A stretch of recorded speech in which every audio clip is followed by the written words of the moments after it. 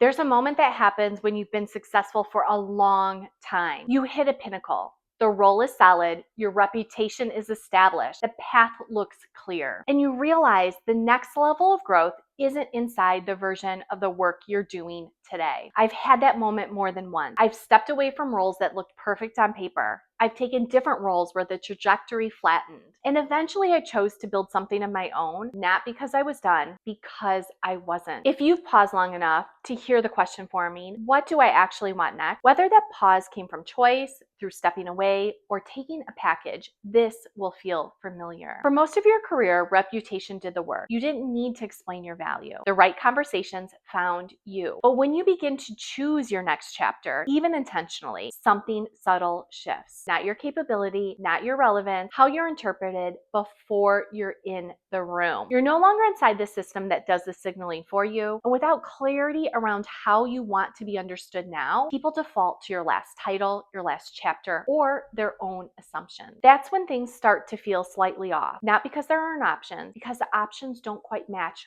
who you are now. At this stage, you're not deciding if you'll do something next, you're deciding how. For some, it's stepping into a different kind of leadership role, applying years of experience to a new environment. For others, it's advisory or project-based work, and for some, it's a focused search, selective, intentional, and not about casting a wide net. Different outcomes, same starting point. Clarity around your positioning. Because the goal isn't to chase opportunities, it's to be understood for who you are now, not who you were 10 or 20 years ago. This is often the first time in years that very capable leaders feel unsure where to start. Not because you lack experience, because you've never had to think about your career this way before. When reputation has carried you for decades, positioning can feel unfamiliar. Your resume may not have been touched in years, visibility hasn't needed attention, and the process itself feels unclear. That isn't a weakness, it's simply the byproduct of having operated at a level where these signals were handled implicitly. At an inflection point, the work shifts. Positioning comes first, before outreach, before conversations, before deciding which opportunities are actually worth your time. Without that clarity, even strong opportunities can feel misaligned, not because they're wrong, but because the